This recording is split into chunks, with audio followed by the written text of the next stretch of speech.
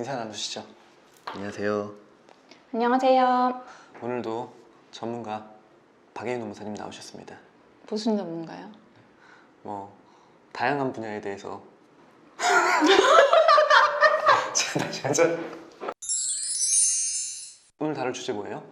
오늘은 실업급여. 와, 실업급여라는 게 참 스타트업 입장에서는 되게 좀 많은 고민을 갖게 하는 그런 상황입니다. 그렇죠. 많은 퇴사를 분들이. 하는 사람들은 어쩔 수 없어요. 뭐 회사 입장에서는 회사가 피해를 보지 않는 선에서는 배려하고 싶어하는 마음이 또 있는 것도 사실이거든요. 근데 추후에 어떠한 회사가 뭐 지원금이라든지 여러 가지 이렇게 신청을 할 때 뭔가 배제되는 그런 것들도 있는 걸로 제가 알고 있고, 자발적 퇴사인데 그 실업급여를 수급을 받기 위한 배려가 오히려 그 회사에겐 독이 될 수 있는 상황이 또 되기도 하더라고요.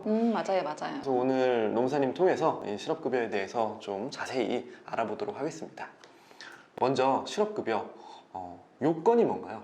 자발적이지 않은 사유로 퇴사를 하는 거죠. 그러니까 나는 회사에 다니고 싶은데 나로 인한 사유가 아니라 다른 사유로, 예를 들면은 간단하게 얘기해서 네. 해고, 해고, 그다음에 권고사직, 권고사직, 그다음에 계약 만료. 계약 만료. 인사유들로 인해서 내가 회사를 그만다니게 됐을 때 내가 그 실업급여, 우리가 실업급여라고 얘기를 하긴 하지만 그 안에 종류가 굉장히 많고요. 우리가 흔히들 받는 건 구직급여라고 이야기를 할 수가 있습니다. 원래 이름은 구직급여인 거예요? 네, 그렇죠. 질문이 하나 있는데, 예를 들어 스타트업이 서울에 있다가 제주도로 이사를 갔어요. 네. 그러면 그거는 자발적 퇴사인가요? 아닌가요?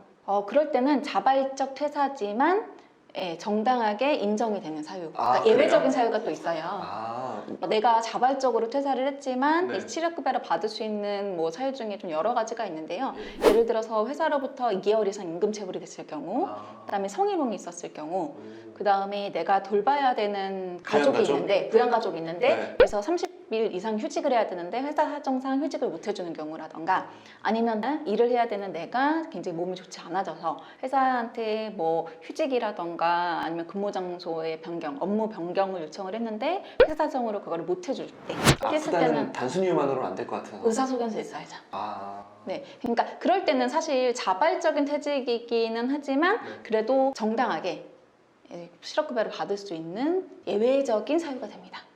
그러면 이제 실업급여를 내가 연봉 얼마인데 퇴사하면 어느 정도 받을 수 있겠냐, 이런 부분이 궁금할 수 있잖아요.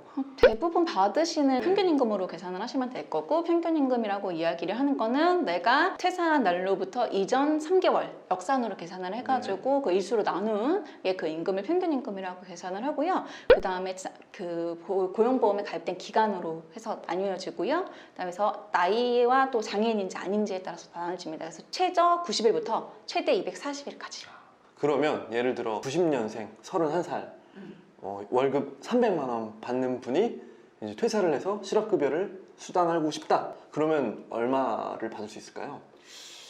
그거는 사실 계산을 해봐야지 아는 거겠지만, 예를 들어서 올해 1월 1일에 입사를 해서 네. 뭐 8월 31일까지 1, 2, 3, 4, 5, 6, 7, 8, 한 8개월 정도 일을 했었다라고 치면은 아마 그 표가 다 나와 있거든요. 네. 거기에 따르면 120일 정도 받으실 수가 있고요. 네. 총액 정도는 한 720만 원, 약 720만 원 정도, 그 정도가 될 겁니다. 정확한 뭐 산출 내역은 당연히 계산을 해봐야 그렇죠. 나오는 거지만 대략적으로 720만 원 정도 나올 수 있는데, 그게 일수인 거죠? 120일 동안에 나오는 거니까 120일. 우리가 그걸 30일로 나눠서 본다라고 하면 네. 720만 원에 되는 돈을 4개월 동안 나눠서 받는다라고 생각을 하시면 될 거죠. 그게 예전에 비해 급여가 많이 올라갔다고 하던데. 많이 실업급여가. 올라갔죠. 엄청 올라갔죠. 그게 원래는 이제 상한이 있었던 거죠? 왜? 당연히 이건 지금 현재도 상한이 있기는 하고요. 그 상한이 얼마예요? 상한이요? 그건 저도 잘... 네, 알겠습니다. 네. 각자 찾아보시고. 자, 그 다음에 예를 들어 우리 회사가 저 사람이 그냥 자발적 퇴사야. 근데 자기가 좀 실업급여 받게 좀 해주세요. 이러면 처음이신 분들은 그래 뭐 그럼 우리 회사 뭐 피해 보는 거 있나 한번 경영지원팀에 알아봐서 별거 없으면 해줘 뭐 이러거든요. 근데 그렇게 하는 게 좋을까요? 어떨까요? 근데 저는 그냥 딱 잘라서 무조건 안 된다. 조목조목 찝어주세요. 왜 안 되는지. 우선적으로는 네. 이거를 부정으로 수급을 받았을 때 형사처벌감인 거고요. 형사처벌. 예, 그 다음에 두 번째 스타트업 같은 경우에는 우리가 나라로부터 나오는 지원금들이 있잖아요. 그렇죠. 근데 지원금마다 약간씩 다르기는 한데요. 감원 방지 기간이라는 게 있습니다. 감원 방지 기간이요? 네. 뭐예요? 대부분은 이제 이 지원금을 받기 전에 3개월, 네. 그다음에 받고 있으면서의 1년 정도의 그 기간 안에 네. 회사에서 누구를 내보내지 말아야 되는 거예요. 고용을 유지해야 되는 조건이 있는 거네요. 네, 그렇죠. 지원 사업을 받는 그 기간 동안은. 네, 근데 대부분 실업급여를 받는다라고 하면 공고사직으로 해주세요라고 이야기를 한단 말이에요. 근데 공고사직은 그 고용을 유지하는 조건이 아니에요. 회사에서 직원을 내보내면 안 된다라는 거예요. 이 사람이 자발적으로 나가는 건 상관이 없지만 우리가 해고나 공고사직을 해서는 안 된다. 거의 다 고용노동부에서 나오는 지원금에서 조건이 걸려 있어요. 그래서 제가 아는 어떤 한 회사 같은 경우에는요, 그 감원 방지 기간 그거 딱 한 하루 걸린 거예요. 회사에서는 해주기 싫고 저도 해주지 말라고 했었었는데 그래도 해줬던 거죠. 그러다가 이제 1,000만 원 날려먹었죠. 지금 노무사님이 말씀하시는 건 고용노동부에서 주관하는 지원 사업 그런 거를 수급받는 스타트업들한테는 자발적 퇴사가 아닌 불가피한 공고사직 이런 걸 하면 페널티가 있다는 얘기고, 혹여라도 지금 현재 받고 있지 않다 하더라도 내가 앞으로 이제 받을 게 있는데 그게 또 3개월 그 기간 안에 껴버리면 내가 지금 당장 바로 신청할 수가 있는데 신청 못하고, 그리고 예를 들어서 그런 경우 있거든요. 이제 없어지는 지원금이에요. 예를 들어서 올해 그래도 얹혀가지고 12월에 내가 그 신청을 하게 되면요, 최소 한 3년 동안은 계속 지원을 해주거든요. 그럼 내가 12월에 지원을 할 수가 있잖아요. 근데 예를 들어서 누가 12월에 공고사직 한 사람이 있다. 그럼 그게 감원 방지 기간이 3개월 정도가 있으니까 그럼 난 이거를 3개월 있다가 신청을 해야 되는 건데 3개월 있다가는 이 지원금이 없어지는 거니까 나는 이거를 신청을 못하고 그대로 싹 사라지는 거죠. 문제가 있는 거네요. 그럼요. 그러니까 무조건 편법 절대 안 되고요. 법대로 하시는 게 가장 좋다. 라는 그런 말씀드립니다. 뭐 이렇게 최근에 부정수급 사례나 아니면 뭐 좀 이렇게 이슈가 된 사건들이 있을까요? 아니면 뭐 개정된 사항이라든지. 이게 우선적으로 이직 확인서 제도가 개편이 됐어요. 2020년도 8월 28일부터 개편이 됐는데요. 예전에는 이직 확인서라는 거를 꼭 써주셔야지만 그 근로자분들이 고용센터에 가셔가지고 실업급여를 받을 수가 있었어요.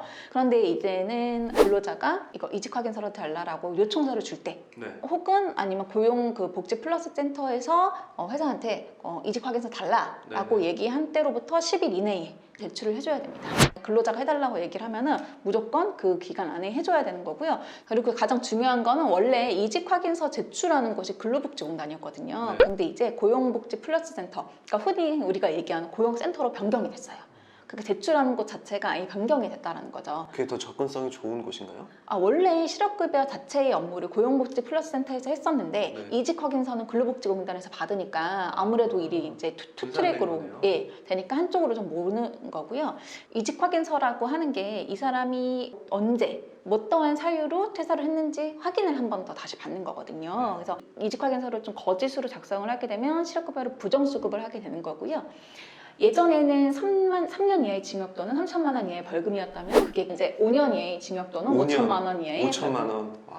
으로 늘어났고요. 그다음에 부정수급이 걸렸다라고 하면은 예전에는 다 토해내고 3배를 더 토해내야 되는데 이제는 다 토해내고 5배 토해내기.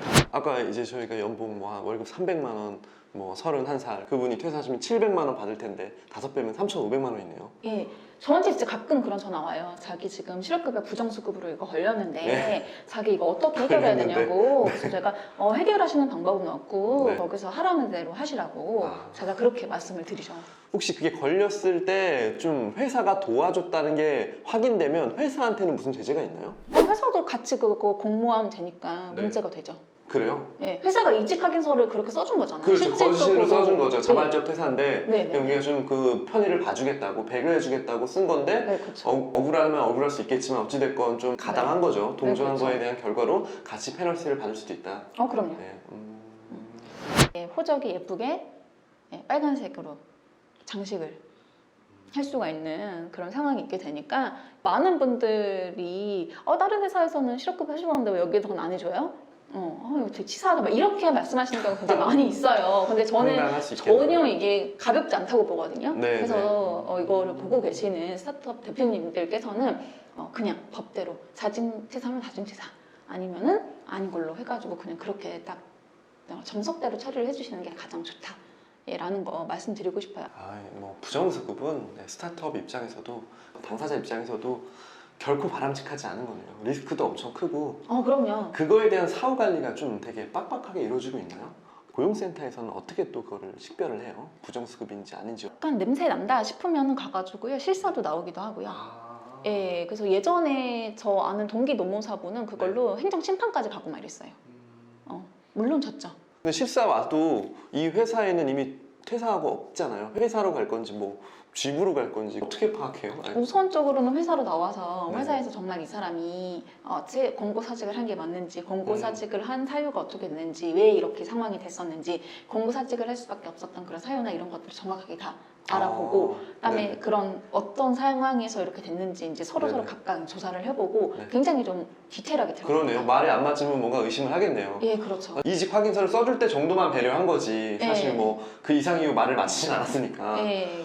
크게 그래서 문제가 될 수 있겠네. 그런 것들 많이 보시지 않습니까? 이렇게 길을 걸어가다 보면 지금이 뭐 실업급여 부정수급 자진신고 기간입니다. 이렇게 딱 떠 있는 경우가 있어요. 그러면은 뭐 5배를 토해내야 되는 것을 없애준다라던가 감면되는 기간이 있단 말이에요. 네. 그러면 간혹 가다가 내가 이렇게 권고사직으로 해서 돈을 받았는데 저걸 보니까 약간 내가 찔려. 그래가지고 가서 내가 신고했어. 네. 그러면 회사 가만히 있다 이제 뒤통수 맞는 거죠. 회사도 피해를 보니까 네, 그렇죠. 그래서 그냥 무조건 법대로가 가장 좋다. 애초에 생각을 안 하는 게 그럼요, 제일 그럼요. 베스트입니다. 베스트. 네, 그래서 그냥 얘기하면은 단칼에 거절. 거절. 칼같이. 안 돼! 이렇게. 네, 오늘도 박혜인 농사님의 이 칼 같은 실업급여 수당에 관련된 내용을 좀 확인해봤습니다. 네, 더욱더 좋은 컨텐츠로 저희 준비돼서 다음에 찾아뵙겠습니다. 감사합니다. 감사합니다.